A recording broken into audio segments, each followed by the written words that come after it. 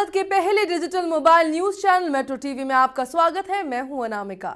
Bulletin की शुरुआत करेंगे हेडलाइन से। कश्मीरी युवा फिर बंदूक की राह पर, अलगाववादी नेता यासीन मलिक बोले मोहब्बत नहीं डर बांट रहे पीएम मोदी। हेलीकॉप्टर घोटाले पर बोले रक्षा मंत्री मनोहर पर्रिकर, कहा पहला परिवार हो या अंतिम, किसी भी दोषी को नहीं बख्शा जाएगा।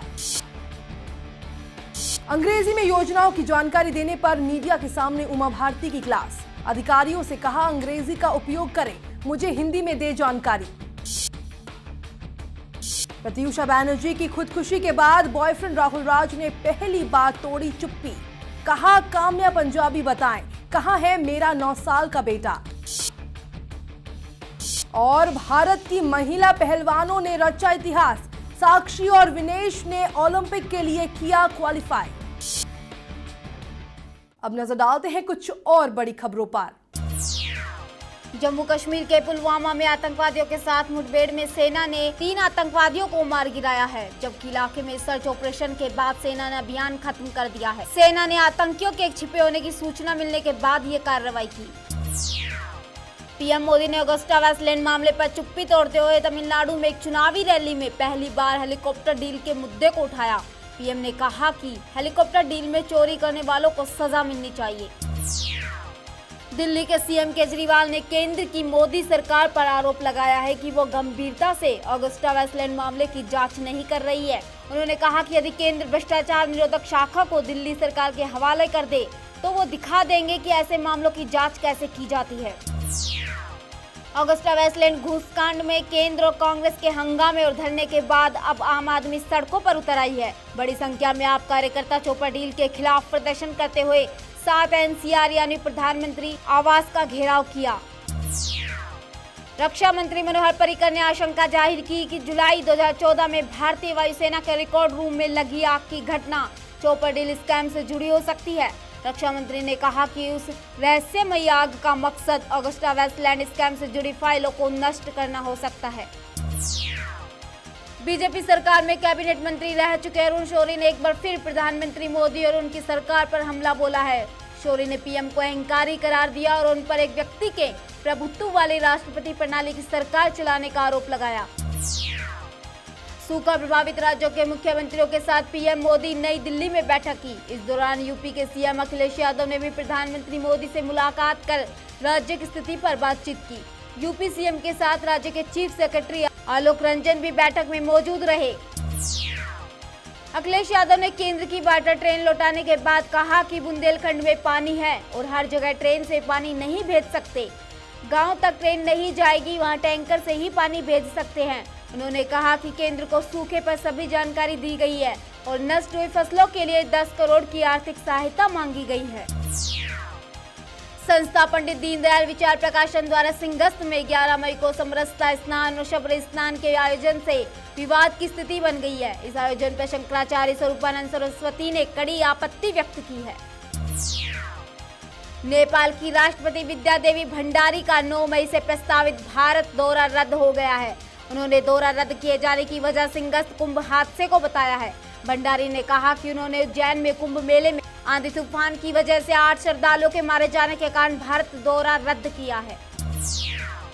यूपी में विधानसभा चुनाव की आहट के बीच राम मंदिर निर्माण को लेकर एक बार फिर सियासी पारा चढ़ने के आसार हैं। सिंहस्थ परिसर में अखिल भारतीय संत सम्मेलन और धर्म संसद में अयोध्या 9 नवंबर से मंदिर बनवाने का फैसला किया है। हाजी अली दरगाह में महिलाओं की एंट्री को लेकर भूमाता ब्रिगेड के आंदोलन के बाद अब पुणे की स्वराज महिला संगठन की सदस्य भी लामबंद हो गई है। स्वराज संगठन की महिलाओं ने हाजी अली दरगाह के बाहर जमकर विरोध प्रदर्शन किया और कड़ी सुरक्षा के बीच महिलाओं ने दरगाह में घुसने की कोशिश की। ट्रेन से सफर करने जा रहे हैं तो थोड़ी दिक्कत का सामना करना पड़ सकता है। Delhi computerised reservation system upgradation की वजह से 8 मई को रेलवे इंक्वायरी सर्विस 139 3 घंटे से ज्यादा के लिए बंद रहेगी। ये सेवा 8 मई को रात 11:45 बजे से बंद रहेगी और 3 बजे चालू होगी।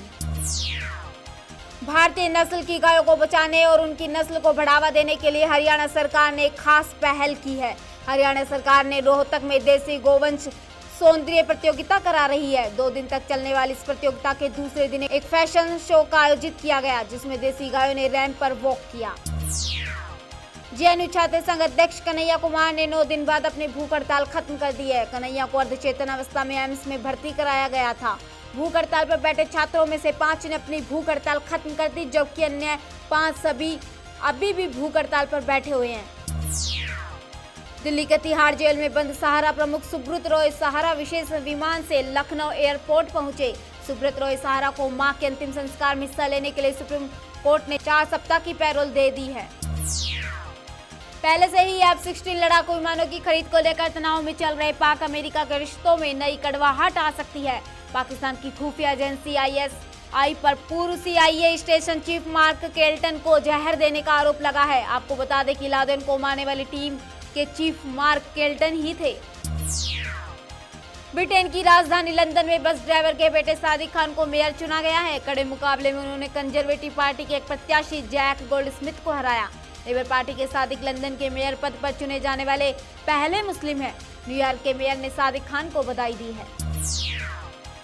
भारतीय मुक्केबाज स्टार विजेंदर सिंह अपनी 6ठी पेशेवर बाउट में पोलैंड के आंद्रजेज सोलड्रा से भिड़ेंगे। विजेंदर बोल्टन के प्रीमियर सुइट में मैक्ट्रॉन स्टेडियम में आंद्रजेज सोलड्रा से भिड़ेंगे। भारतीय सुपर मिडिलवेट स्टार ने 5 मुकाबलों में नॉकआउट जीत दर्ज की है।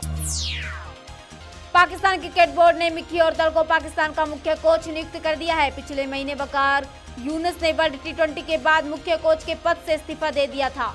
मिकी औरतल साउथ अफ्रीका और ऑस्ट्रेलिया के कोच भी रह चुके हैं।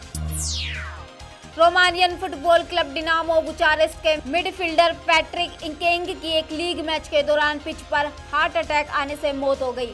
मैच के 62वें मिनट में सब्स्टिट्यूट प्लेयर के रूप में मैदान पर उतरे इंकेंग कुछ ही देर बाद पिच पर गिर गए थे। महानायक अमिताभ बच्चन के मैडम तुसाद संग्रहालय में लगे मोम के पुतले का मेकओवर किया जाएगा। इस बात की जानकारी खुद बिग बी ने ट्विटर पर दी है। अभिनेता पहले ऐसे कलाकार है जिनका पुतला मैडम तुसाद में रखा गया था।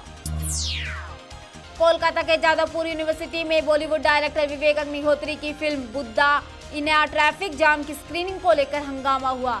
स्क्रीनिंग के विरोध में अखिल भारतीय विद्यार्थी परिषद और जादवपुर यूनिवर्सिटी के छात्रों के बीच काफी बवाल मचा रहा है। जब पिछले साल ईद पर सलमान खान की फिल्म बजरंगी भाईजान रिलीज हुई तो उन्हें कतई अंदाजा नहीं था कि साउथ की डब फिल्म बाहुबली उनको इतनी जबरदस्त चुनौती देगी। अब की बार खुद रजनीकांत अपनी हिंदी में डब फिल्म कबाली से सलमान को चुनौती देने आ गए हैं, यानी सलमान को फिर से डब फिल्म से मुकाबला करना होगा। सुपरस्टार ऋतिक रोशन की फिल्म काबिल का पहला टीजर मेकर्स ने जारी कर दिया है। लगभग 42 सेकंड के इस टीजर में सिर्फ ऋतिक की हरी खूबसूरत आंखों पर फोकस किया गया है। टीजर काफी इंटेंस है, जिसमें ऋतिक की आंखों में जलती हुई मोमबत्ती और न्याय के लिए गुहार दिखाई दे रही है। फिलहाल इस बुलेटिन में इतना ही। देश और दुनिया की ताजा तरीन खबरों के लिए जुड़े रहिए मेट्रो टीवी के साथ। नमस्कार।